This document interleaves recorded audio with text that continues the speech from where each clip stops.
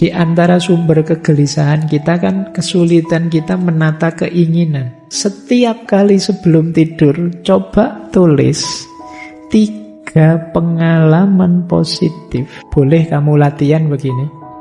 Sebut 3 saja sisi negatif hidupmu atau kegagalanmu.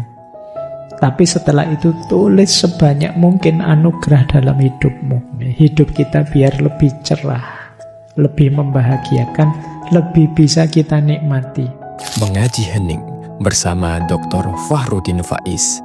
Mari kita simak.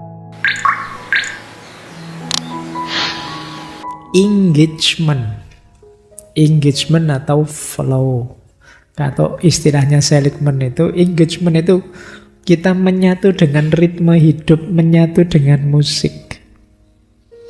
Jadi engagement itu kita melakukan aktivitas kebaikan apapun secara terlibat, kita hayati, kita fokus, kita rasakan. Engagement itu, kata Seligman, you go into flow when your highest strength are deployed to meet the highest challenge that come your way.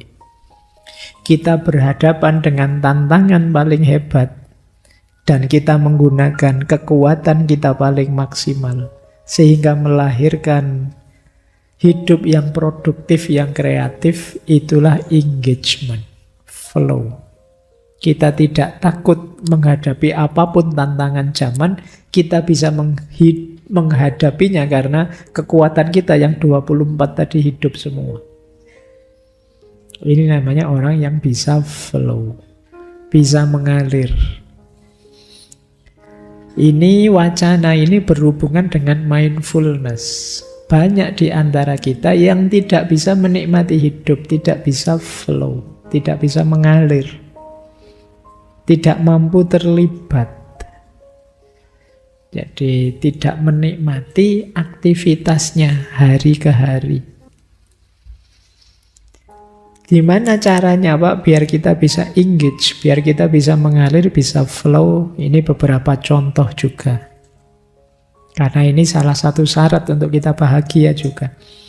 Yang pertama apa? Ayo berpartisipasi dalam aktivitas yang memang kita punya passion, kita sukai. Ini meningkatkan flow.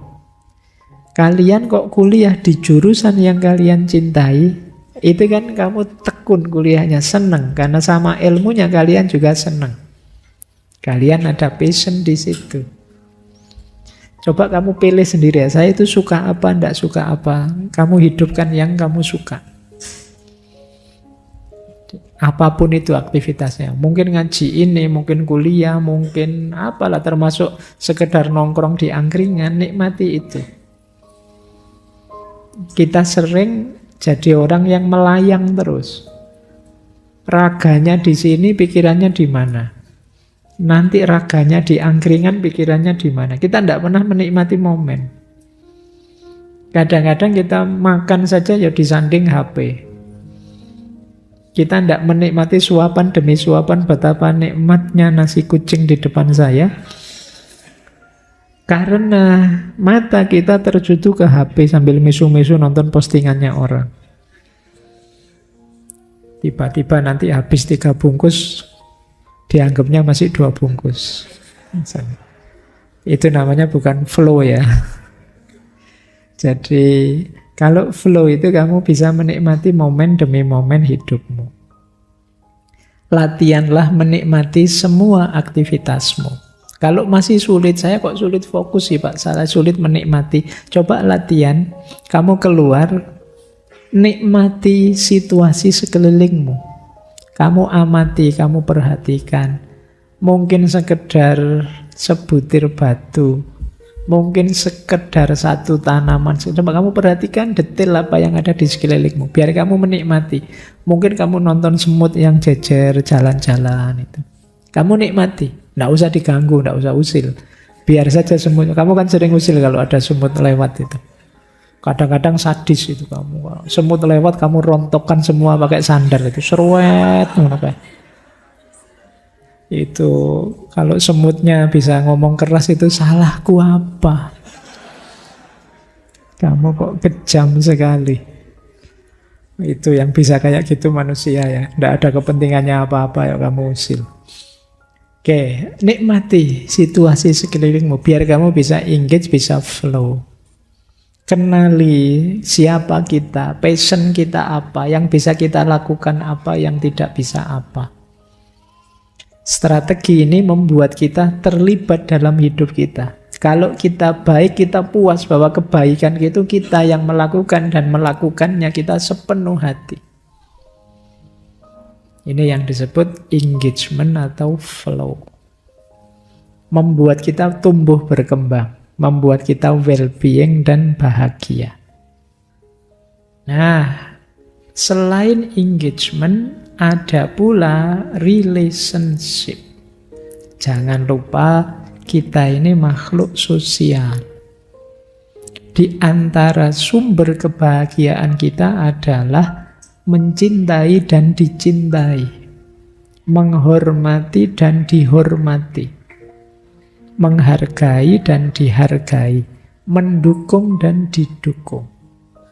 Itu fitrah kita sudah sebagai makhluk sosial. Dengan siapa saja, dengan teman, dengan pasangan, keluarga, kolega, siapa saja. Ayo membangun relationship yang baik. Demi apa? Kebahagiaan. Sebagian besar kebahagiaanmu itu kan berkaitan dengan orang lain.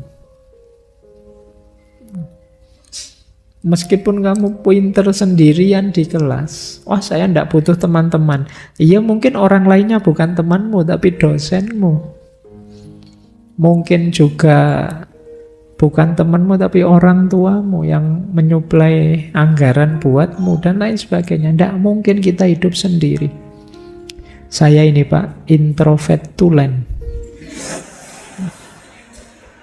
Ya. Saya tidak butuh orang lain sama sekali.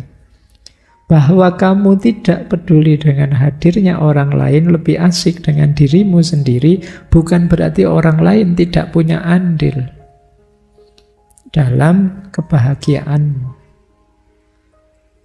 Hidup kita tetap perlu orang lain, entah lewat pintu yang mana. Jadi ini pentingnya relationship. Maka kita perlu punya skill, kemampuan untuk membangun hubungan yang baik. Di situ ada beberapa contoh, beberapa cara membangun hubungan yang baik. Boleh nanti teman-teman latihan ya. Nyari circle yang cocok. Nah, mungkin sudah punya Pak circle kelas Pak, tapi orangnya tidak pada asik. Kamu nyari sendirilah yang asik, yang gimana. Semuanya tidak asik Pak. Lah terus kalau di kelas mereka, saya selalu ditinggal, ya berarti yang tidak asik kamu. Ya. Oh yang lain bisa nyambung, kamu sendiri yang tidak bisa nyambung. Jadi ya latihan ya, latihan cari circle yang cocok, yang baik, yang bisa saling mendukung, yang saling menghargai. Latihan memulai ngobrol, di situ ada petunjuk. Coba latihan memberi pertanyaan pada orang dekat yang tidak terlalu kita kenal. Latihan mengakrabkan diri. Ini sebenarnya karena yang nulis Martin Seligman, orang sana, orang Amerika, mungkin yang gaya hidupnya cenderung individualis. Jadi ngobrol dengan orang yang tidak dikenal itu barang langka. Oh, bandingkan di kita di Indonesia, wow itu pokoknya jejer mesti ngobrol. Kalau di sini kan tidak mungkin tidak ngobrol, sudah mesti ngobrol. Dari sisi ini kita menang sebenarnya. Kalau sekedar peradaban nongkrong dan ngobrol itu kita juara sudah. Jadi kita punya keasikan sendiri, punya strategi sendiri untuk cepat dekat dengan orang. Nah, itu khas kita sudah. Relationship kita bagus. Kadang sering dipuji orang, kita itu ramah, kita itu familiar, murah senyum, dan lain sebagainya. Dari sisi ini lumayan kita. Murah senyum. Meskipun belakangan dikritik mulai mahal senyum. mulai sering kenceng, sering tidak santai. Nah, itu. Oke, ayo latihan menjalin pertemanan dengan orang-orang sekitar kita. Bila perlu, menghubungi lagi teman lama yang sudah putus. Nah, ini juga mungkin kita sudah menang lah. Agama mengajarkan silaturahim dan lain sebagainya. Jangan lupa ini juga sumber kebahagiaan. Dibenci orang itu menyakitkan. Tidak dihormati orang itu menyakitkan. Tidak dicintai orang juga menyakitkan. Sulit kita bahagia kalau relasi kita jelek. Latihanlah membangun relasi yang baik. Lanjut. Nah, selanjutnya tadi kan perma. Ini M-nya, meaning. Makna. Meaning itu berarti sesuatu yang lebih besar dari diri kita. Jangan egois hanya mikir diri kita sendiri. Kalau bisa kita bisa mempersembahkan diri kita pada sesama. Ini sering saya pakai istilah kesadaran profetik. Kesadaran profetik itu kesadaran kenabian. Seperti para nabi. Para nabi itu kan tidak berhenti di titik puncak kualitas dirinya. Tapi ketika sudah memuncak, ya selanjutnya bagaimana caranya mengajak umatnya mengalami puncak yang sama. Itu nabi. Dia tidak ingin masuk surga sendirian. Nunggu umatnya semuanya masuk surga. Itu kesadaran profetik. Orang yang bisa berbagi, itu dia akan lebih puas, lebih bahagia. Jalannya banyak, bisa lewat sosial, politik, bisa lewat agama, komunitas, dan lain sebagainya, banyak. Sama seperti tadi rumusnya, berbagi pada sesama. Ada beberapa tips untuk membangun makna hidup. Yang pertama, boleh teman-teman kalau mungkin jangkauannya ingin lebih luas, ya bergabung saja dengan organisasi atau lembaga yang tujuannya memang pengabdian kepada masyarakat.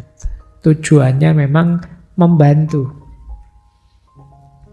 Bukan yang mencari profit, tapi yang memang benar membantu. Libatkan diri di sana. Itu membuat diri kita lebih berarti. Banyak lembaga-lembaga sosial yang teman-teman bisa ikut membantu di sana.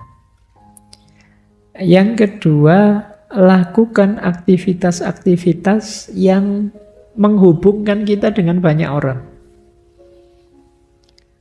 Saya siap sih Pak membantu, tapi gimana ya Pak, saya tidak punya teman, saya tidak punya relasi, saya membantu siapa juga tidak tahu. Bantu tetangga juga tidak kenal itu. Ya berarti kamu kurang relasi. Jalannya apa? Yuk kamu perbanyak relasi. Pingin saya Pak ngajar misalnya di sini anak-anak kecil itu ngaji. Tapi gimana caranya ngundang mereka ya Pak? Itu berarti kamu kurang gaul. Gitu loh. Mungkin kamu terlalu banyak di kamar saja, di rumah saja. Tidak banyak kenalan di luar. Ayo dimulai, tidak usah malu-malu. Punya banyak teman itu lebih banyak untungnya dibandingkan tidak punya teman, entah dalam aspek apa. Kemudian coba difikirkan, kita kan punya bakat, punya kemampuan, punya kompetensi tertentu. Kira-kira bakat kita itu bisa membantu orang lain secara bagaimana ya? Pak, saya itu tidak punya bakat apa-apa. Bisanya ya main game itu saja misalnya. Coba kamu berpikir, keahlianmu main game itu bisa membahagiakan orang lewat jalan yang bagaimana? Apa kamu buka kursus privat gratis, petunjuk main game, caranya nge-cheat atau apa piye ngono. Ya itu contohnya ya, kamu kan masing-masing punya bakat. Punya kemampuan, apalagi seusia kalian bakatmu banyak pasti. Asal kamu mau saja kamu bisa berbagi banyak hal pada sesamamu. Tinggal kalian mau apa tidak, itu saja sebenarnya. Insya Allah kalau teman relasi kalian sudah banyak lah. Coba dipikir mulai sekarang, Apa sih yang bisa aku berikan di levelku ini? Dalam usiaku saat ini, dalam situasiku saat ini. Itu akan membantu kita menemukan makna hidup yang membawa kita bahagia. Inilah yang disebut meaning.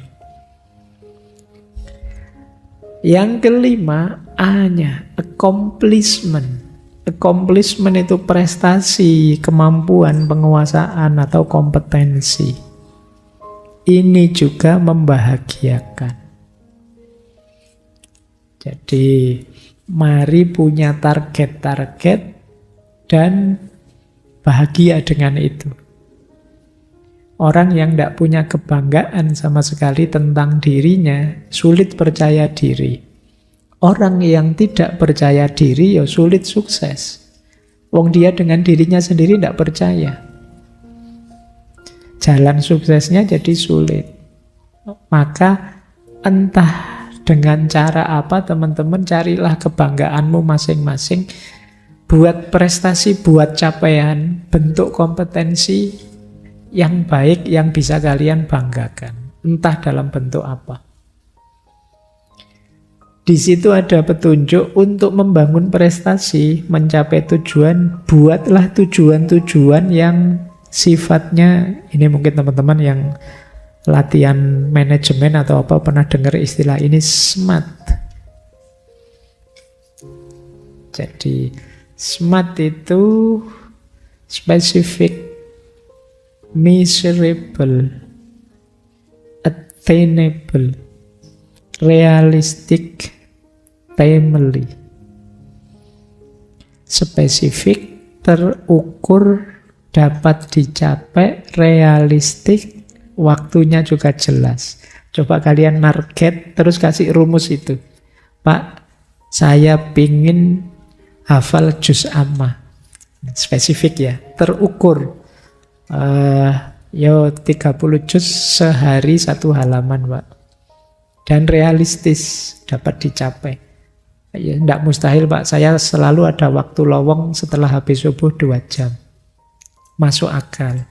Dan waktunya jelas. Ya kira-kira 1 bulan saya kira sudah bisa saya hafal. Ini namanya SMART.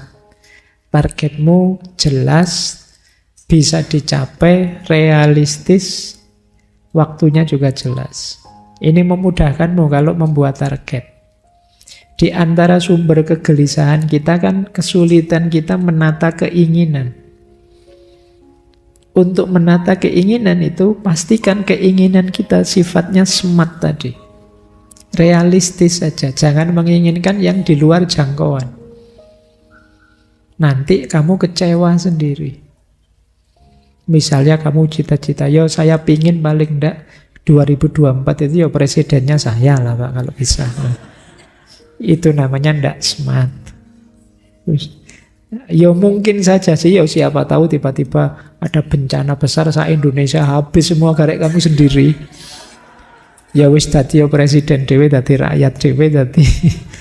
Jadi tapi target yang serius ya yang SMART tadi, yang attainable, measurable, specific, realistic, dan timely. Nah, untuk kebahagiaan juga kadang-kadang perlu juga kita ingat-ingat sukses kita di masa lalu. Yo, sekarang sih saya memang keteteran kuliahnya, jangan lupa. Tapi saya dulu pernah juara loh, pidato misalnya. Level RT, 17-an misalnya. Ya enggak apa-apa kan, lumayan kan prestasi, ada kebanggaan. Jadi apapun itu jenis kebanggaannya, boleh kamu ingat-ingat dalam rangka apa? Flourish, biar kamu berkembang terus jadi lebih baik. Karena dengan accomplishment ini kamu jadi bangga dengan dirimu, percaya dengan dirimu. Cari cara entah bagaimana biar kalian punya prestasi, punya kompetensi yang bisa kalian banggakan. Itulah perma. Ada yang bilang perma itu ada plusnya. Plusnya ini. Jadi selain 5 tadi, mindsetnya harus optimis. Ada physical activity and nutrition. Kesehatannya dijaga, makanannya dijaga. Jadi lahir batinnya positif. Ini maksudnya itu. Plus jangan lupa tidur. Sleep, istirahat. Ya kenceng terus ya buat apa kalau tidak ada istirahatnya. Pak, saya sukses Pak, permanya berbuah semua. Saya sekarang luar biasa. Sayangnya saya sekarang sakit Pak. Opname, ya tidak ada gunanya. Sehebat apapun kalian, kalau tidak sehat ya tidak ada gunanya. Maka optimis, jaga kesehatan, physical activity, nutrition, dan jangan lupa istirahat. Wah, kalau saya sudah istirahat terus Pak tiap hari, mau tidak ada apa-apa yang dikerjakan. Ya wis ndak apa-apa, yang penting ada yang bisa dilakukan dari perma tadi. Yang terakhir saya lakukan dulu Pak, tidur dulu. Ya wis alhamdulillah kamu sudah mulai pelan-pelan meskipun diawali dari tidur.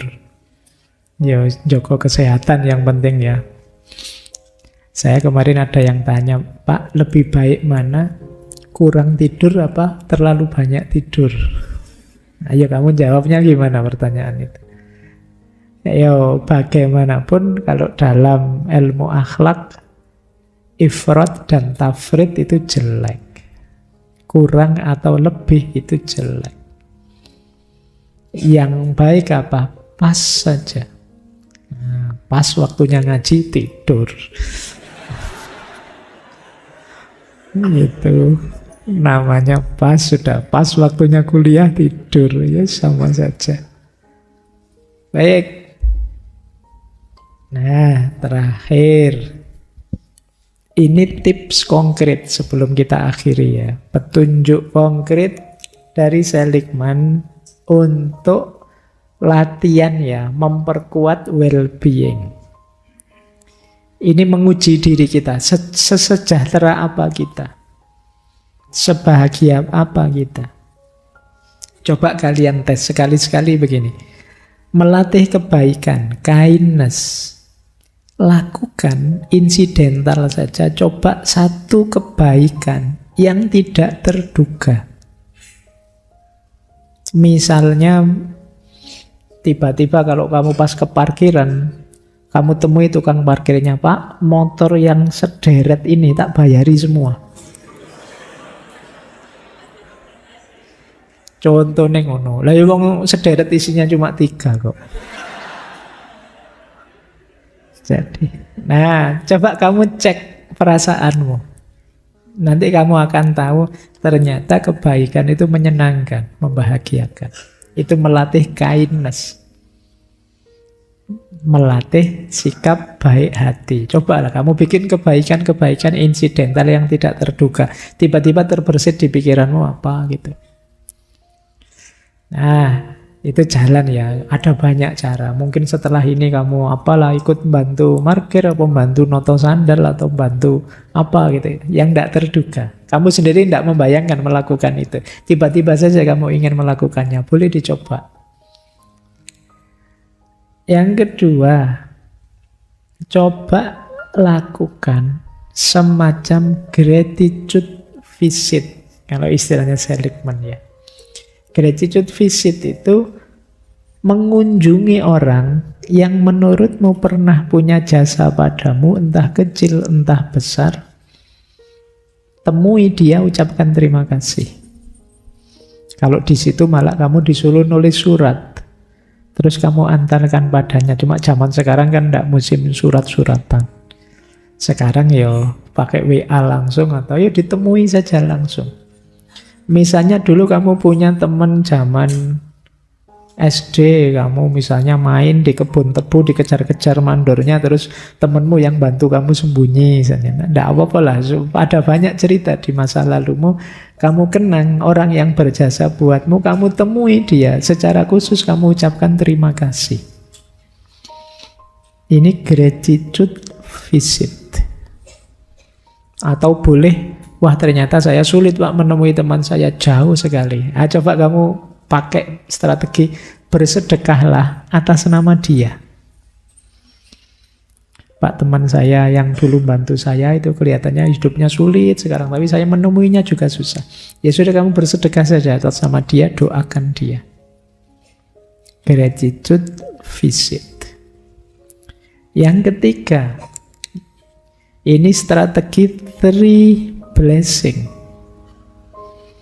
Three blessing itu setiap kali sebelum tidur, coba tulis 3 pengalaman positif hari itu. Hari ini saya melakukan apa saja ya, yang baik 3 saja. Ya entahlah kamu milih yang mana. Mungkin hari ini alhamdulillah saya bisa sarapan on time misalnya. Nggak apa-apa, sementara itu nanti lebih berkualitas lagi.